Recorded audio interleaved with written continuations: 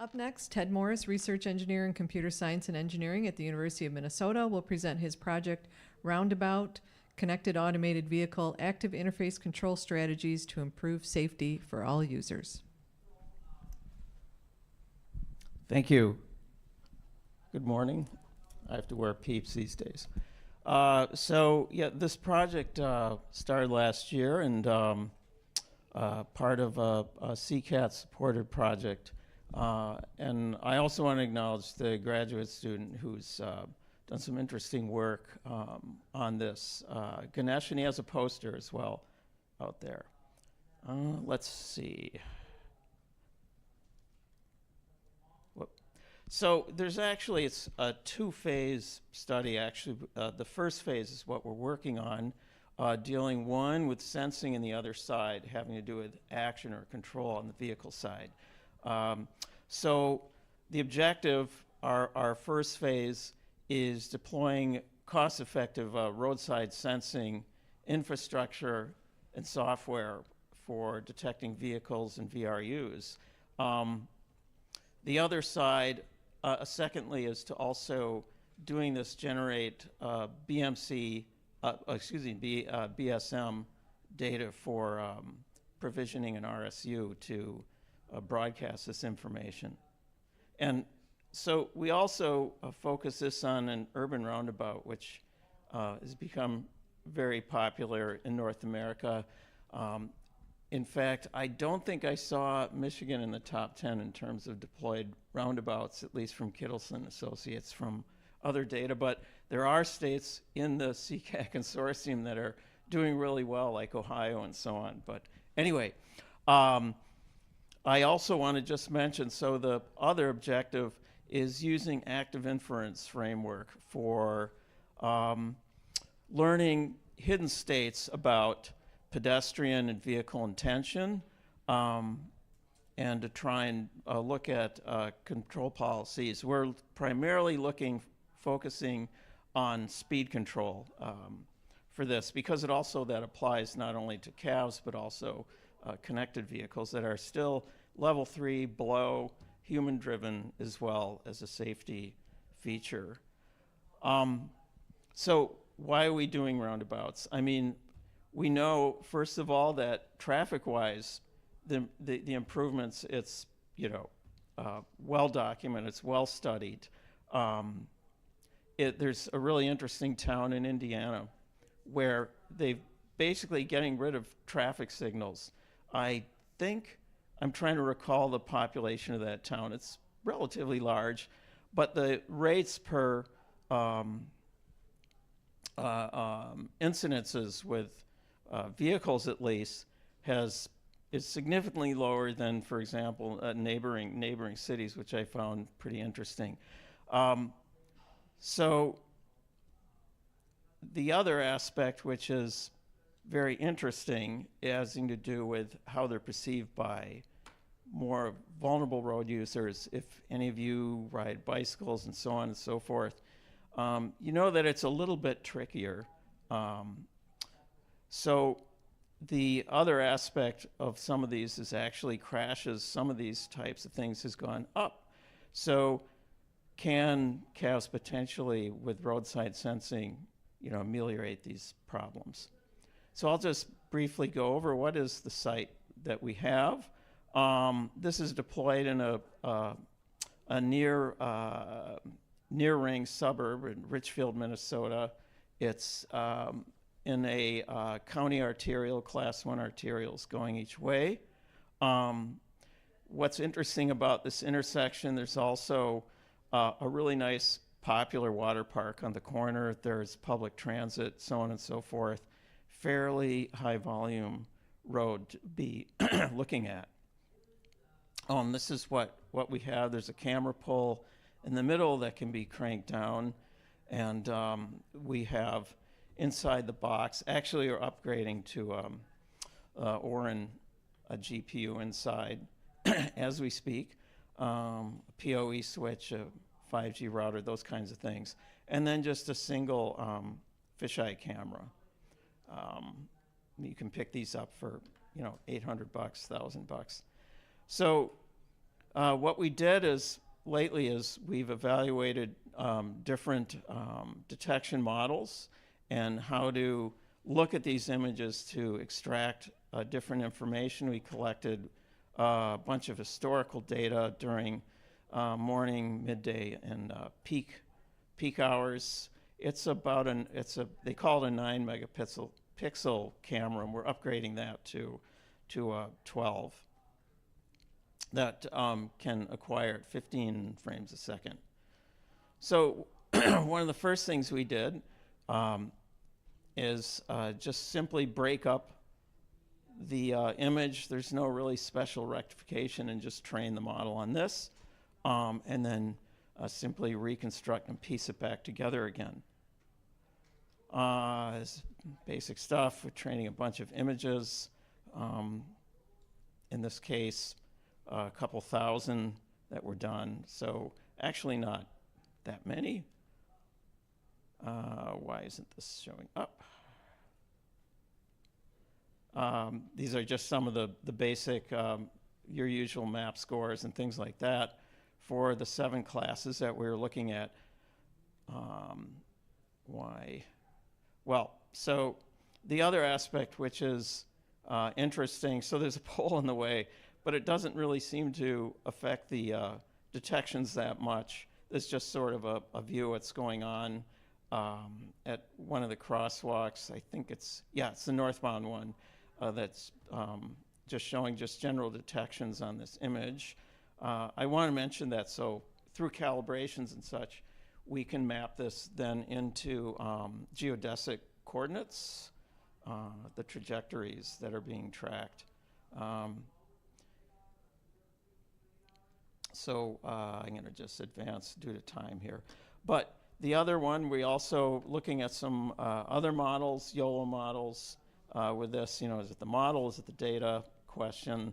And also looking at different ways of reconstructing the image with this. So in this case, what we did is just unroll the image and actually used a YOLO 9 fisheye version. I can give you the references for that. Just directly, without any training, using, I don't know why this isn't playing. Maybe I'll just, there. Just running and doing tracking on an unrolled image. And of course, because actually the other aspect, this was also broken into 4 regions to actually run the detection on it. So sort of similar to before, less images in this case to do the tracking. Why isn't this there? And then finally, it's just working with the rectified image altogether. And in this case, we're using a very small model which can easily be deployed and run multiple instances of it too when we did the inferences time, on the hardware we're using. And again, this is just using this inference with the problem we have currently, and I think we can resolve this fairly easily, is the pedestrian detection is not so great on a small, on this particular image. But we can, again, zoom in on pieces where the crosswalks are to capture that and just appropriately map it into geodesic trajectories. So this is just, again, some of the performance characteristics we're getting from that using the training data. So in any event, we're working with actually getting more pedestrian cases. I'm really excited about the spring, the summer, because for 2 reasons. One, the intersection, the geometry was changed. So the behaviors of the vehicles will be very interesting, given the traffic loads it has, how that works, and also to be capturing pedestrians. Especially a lot of kids are around that intersection. So their judgment and when they cross and so on will be really interesting to capture. The last thing I want to mention, we've started looking at exploring the idea of active inference. we're starting, has to do more with vehicle following. So what is active inference? So the idea is the agent, let's say your brain, or in this case, the vehicle, is making external observations about the world, all right? And it has internal beliefs about what the states are in the environment, including itself. In this case, like if you're a human body, in the case of vehicle, the sensing that's telling states about the vehicle. And then what's occurring then is one has to update the beliefs based on the evidence of what you're observing. And how do you do that? It's based on a principle. I had slides with equations, but I didn't want to throw those in there. But essentially, you're minimizing a variational free energy term to be able to kind of make it computationally tractable. At the same time, you are taking actions based on observations, what you expect to see, expect to observe. And in that case, in this case, we are just simply observing what you expect. What you want to observe is, in this case, safe following distance, safe time headways, which actually, you can go out and look at the poster, you can't, is not actually being observed. You're only looking at the ego vehicle and what you're following. The other aspect, what's occurring here, is a generative problem. So you're actually generating expected observations from beliefs about the state you're in. So you have to come up with a generative model to do this. You also come up with a generative model based on expected observations on actions you may take. And the second part, again, is using free energy principles to decide what actions you do take and how to learn that relationship between expected observations and your actions. So this is a result, in this case, is using Carla to just do some simple following scenarios. So you need to learn what the actual following distances and the following headway. Just given the vehicle knows its speed, and an external sensor, because that's what we're interested in, a roadside sensor, is giving you the speed of the vehicle in front of you. And this is just the convergence of learning that relationship, learning the model between generative observations in hidden states. And then finally, if I can play it, this is just, once again, doing stop and go on the model that's learned from the case before to stop at given safe distances and maintain headway. And I think that's it. Why doesn't this go? Yeah. Is there any audience questions?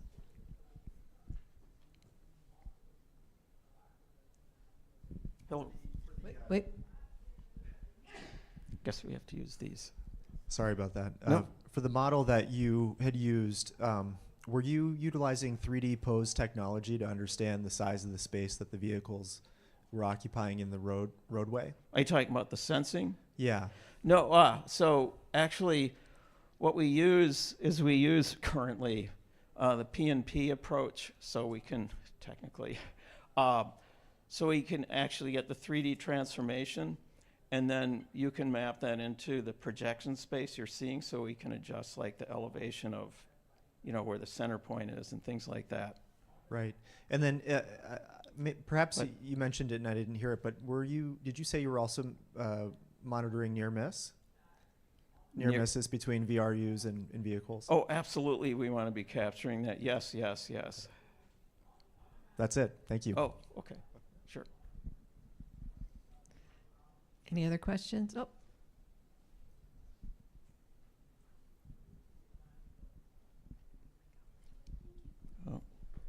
Hi.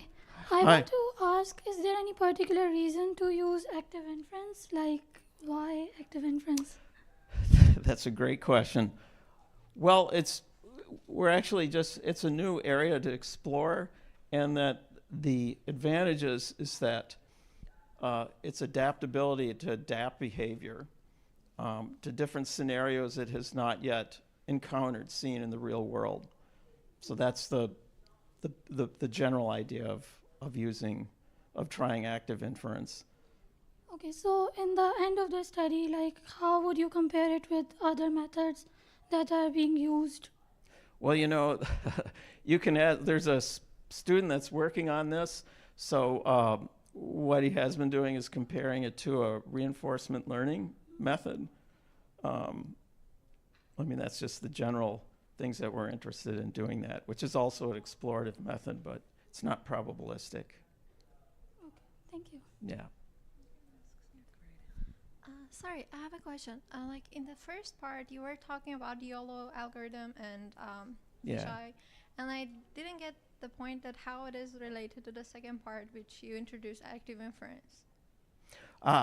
Because the idea is we want to be using the trajectories that is being observed by the roadside sensor to modify the actions of a vehicle oncoming, coming into the, that wasn't very clear, was it? Yeah. To modify the actions of the vehicle coming into the intersection.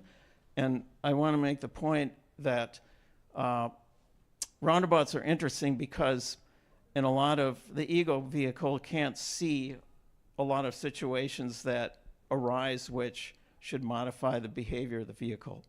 So the idea is we be capturing movements of the vehicles and a pedestrian crossing, say, on the far side. And what you want the vehicle to do is to reduce its speed to allow the pedestrian to get across. So basically, you will use the data that you get from. We'll use the data that we get, yes. And to control the vehicle that are in the roundabout. No. So it's not assuming anything about the vehicles in terms of their CAVs or not CAVs, assuming actually that would be a large percentage of human drivers. Certainly the human beings on their bikes are not, but there's no assumptions with that. It's just controlling the ego vehicle itself. Oh, okay. Yeah. So that data from the bird eye view kind of structure is used for controlling the speed of one of the vehicles in the roundabout? It would only be controlling the speed of the vehicle of a vehicle entering the roundabout, coming into it. Okay, thank you. Yeah. Any other questions? Okay, let's give a big thank you to Thank Ted. you. Thank you.